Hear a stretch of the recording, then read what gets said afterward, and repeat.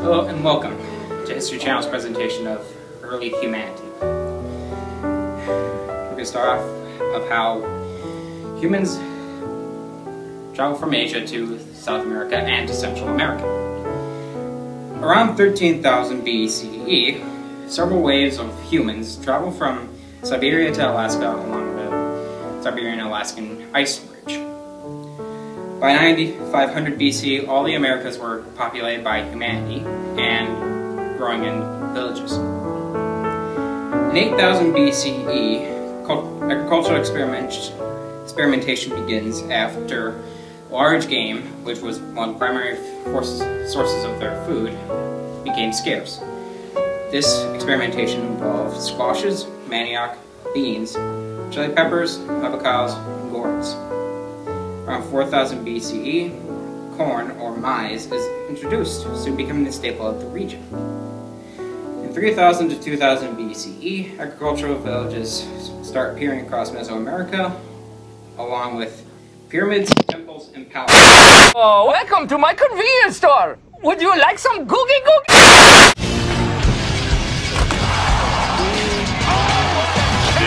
This is SportsCenter.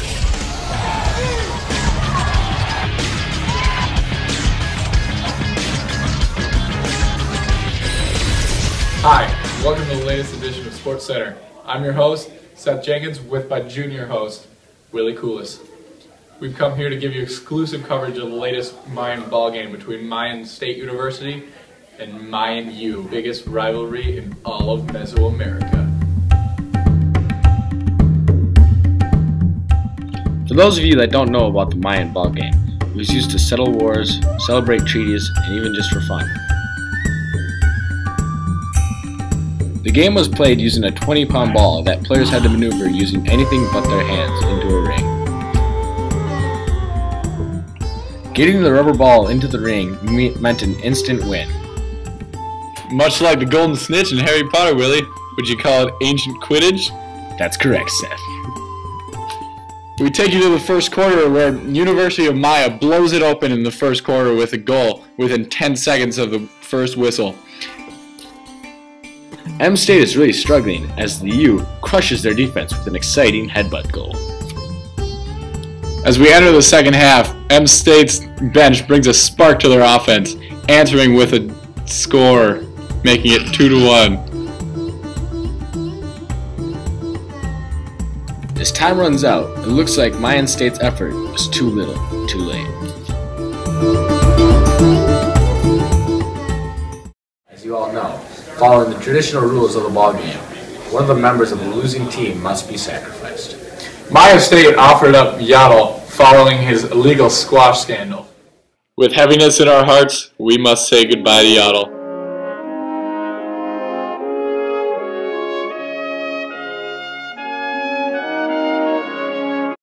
Place you gotta go, I'm the one you need to know, I'm the man. Welcome to the final part of early humanity in the Americas and Oceania. Right now we're going to cover the Andeans. The Andeans were a semi-independent group of humans in South America who mainly settled along the Andes Mountains. They were semi-independent since they were far from any civilization up north. They also managed to build coastal cities, mountainous cities, and valley cities that worked together to bring in production and grew several different items of worth.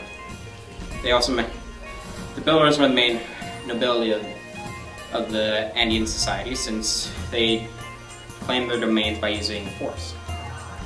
Important part is the Shaolin cult, which promoted fertility in soil and abundant harvests.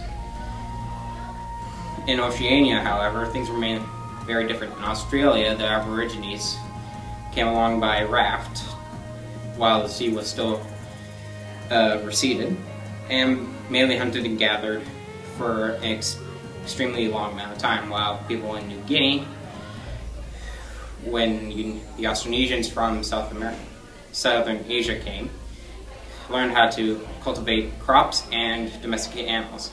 The main peoples who settled the islands in Oceania were the Lapitas, or the Austronesians, who used outrigged boats to go all the way from Polynesia, Indonesia, and all the way to the Pacific islands of Hawaii and Easter Island. Welcome back to Talks with Tony. Today we are going to be going with the Mayans, heirs of the Olmecs. The Olmecs mostly grew corn, and the Mayans grew multiple more things, such as cotton and cacao. Cacao is a chocolate-like substance that was given to the high rulers of the civilization. In the Mayan world, Tikal, the city of Tikal, was a very important political place for multiple centuries. In Mayan warfare, the warriors had high prestige of levels, and captured warriors were often used as slaves and tributes for the gods.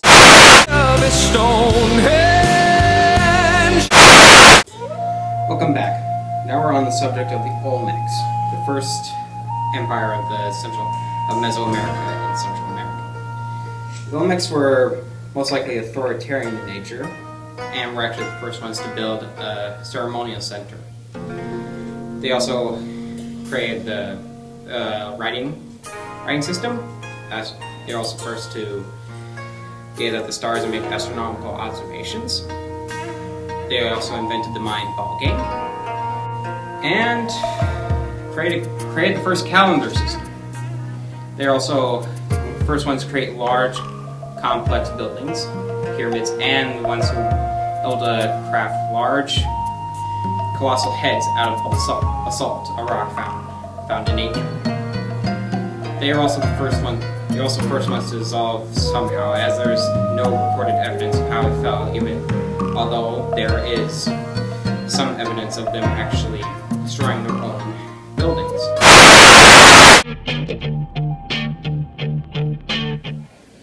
Hello, and welcome back. We already know that the Mayan written language was mainly symbolic and hieroglyphic.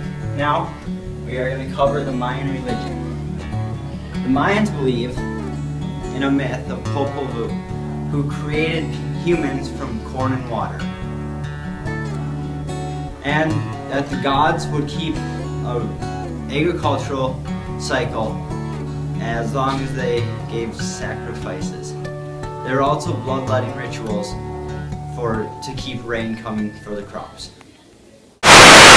Chichen Itza, the last known city in the Mayan Empire, was located on the Yucatan Peninsula and survived mainly by being more hospitable to its captured warriors and to everyone else. As of this loose empire managed to stabilize the economy and grant pardons to any captured warriors, and allowed them to be absorbed into everywhere else. By about 800 BCE, however, the Mayans began deserting their cities, and within a century the Mayan civilization was in full decline everywhere, except Chichen Itza. Well, this was mostly fueled by internal dissension and civil war, failure of the system of war control, ecological problems, epidemics, or natural disasters. Other than that, Chichen Itza managed to survive, but the Mayans basically fell from power. What they did manage to accomplish was to create, however, other than that, Mayan society was hierarchical, with the kings, priests, and merchants being the nobility, while professional architects and artisans were born, and peasants and slaves were the majority of the population. One of the major contributions to society today from the Mayans is the advent of the calendar and its ability to weave solar and ritual years into